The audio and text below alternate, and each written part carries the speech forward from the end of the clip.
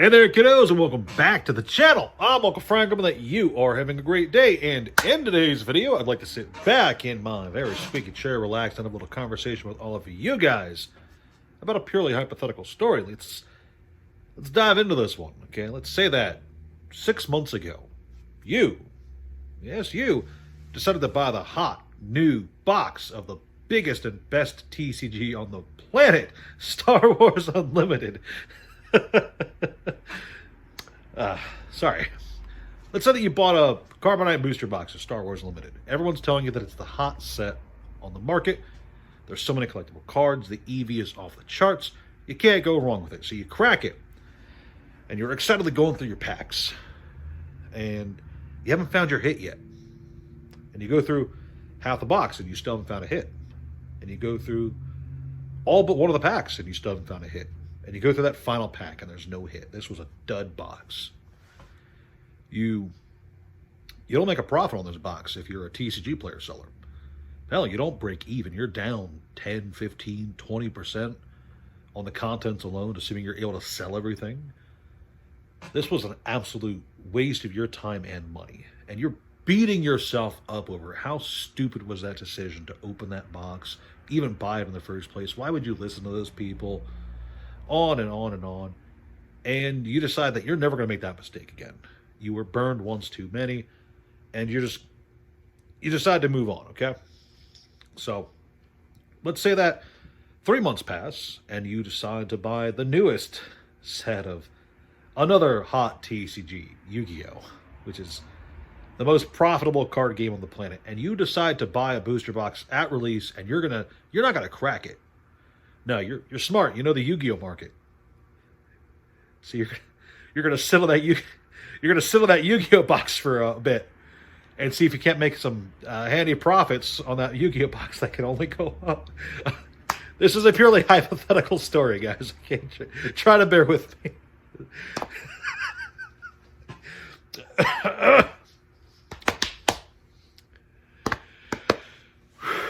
All right, so you bought this Yu-Gi-Oh box, and you're sitting on it knowing it's only going to go up because it's such a high-demand set, right? There's so many cool collector and Starlight rares in it, right?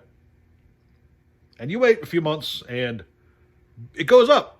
You know, you were right. You were so smart. You sold it, and you sold it for a tidy profit too. You made 30%. That's great. That's amazing.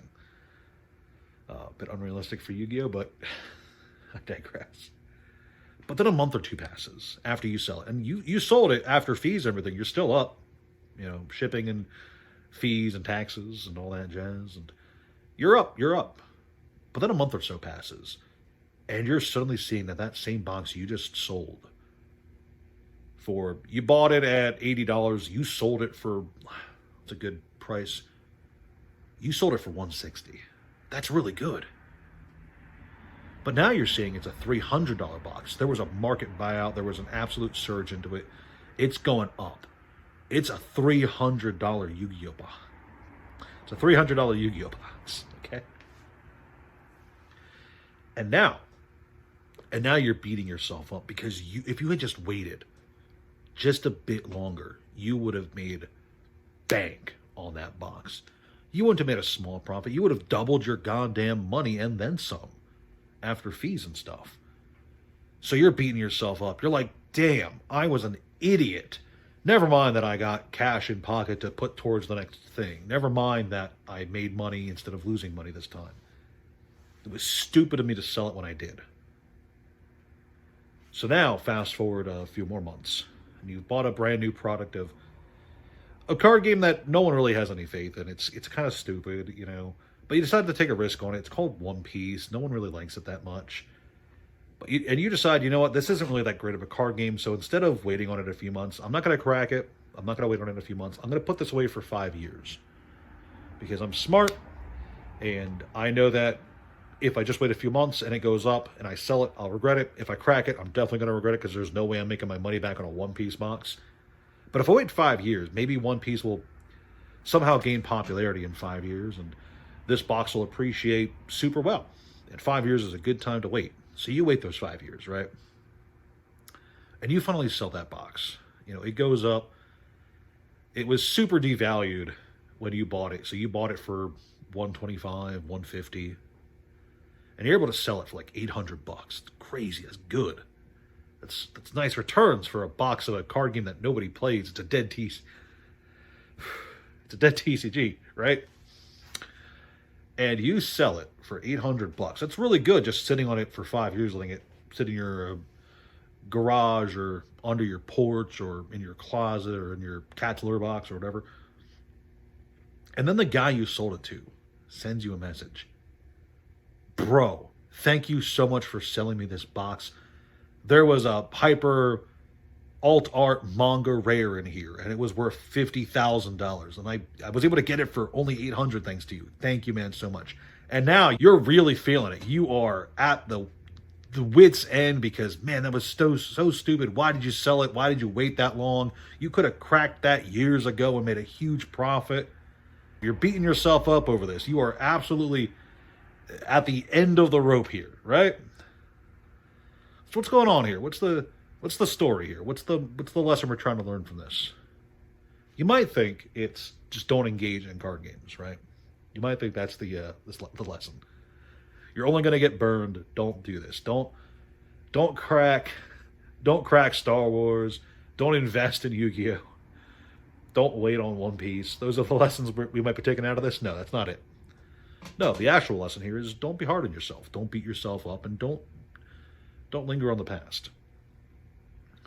All jokes aside, all memes out of the way, when you are in a position to make decisions that will impact your financial future, you are going to make decisions that can seem like the best choice at the time, with no information possibly telling you that they would be wrong.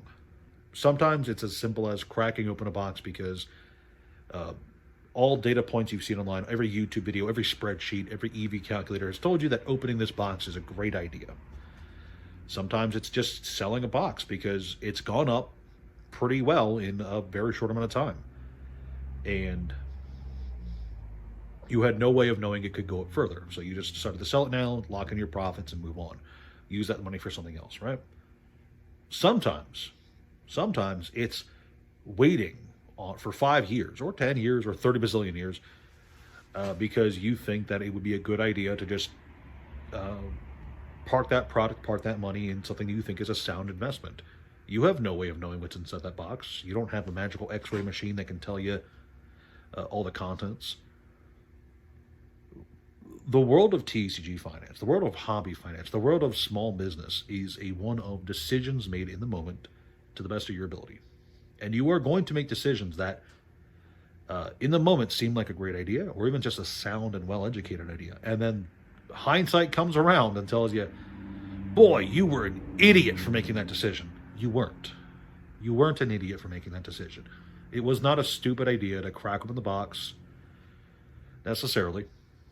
It wasn't a stupid idea to sell the box after a small spike. It wasn't a bad idea to sit on a box for 5 years. Cracking, I know there's a lot of strong opinions out there between cracking and holding, but I do believe if you think that you can make a decent profit, if there's a lot of indicators that there's something going on in there that's worth cracking, crack it. Better yet, you don't need a reason. Crack it if you like to, if you want to crack a box, right? A lot of people forget that these boxes are meant to be cracked open. Yes, obviously, sitting on them increases their value. If you crack it, there's no way to recoup that because there's no guarantee what's in it. But the moral of the story isn't the sealed versus singles debate, right? The moral is you're going to make decisions that you might regret later. You might regret these decisions, but you can't beat yourself up over them. You can learn from your mistakes, but you can't let them paralyze your future choices. You can't look at, I don't know, what's a good example? You can't look at a collector booster box and make your decision based on how the previous one went, good or bad. Okay, you have to be as informed as possible about the potential outcomes of each decision. Do you think cracking it's a good idea? Probably not, right? It's usually not a good idea to crack a product like that, just sit on it, right? But what if that logic is wrong? What if it's a great idea to crack it? You don't know. What if? What could have been, right? the thing is, whatever decision you make, as long as it's a sound decision that you make to the best of your ability, with the best information you had available, if it turns out to have been the wrong decision down the road, you can't beat yourself up over it, as long as you made an informed decision. And yes, there's plenty of examples of things that you could do that were not well-informed decisions that you thought were well-informed.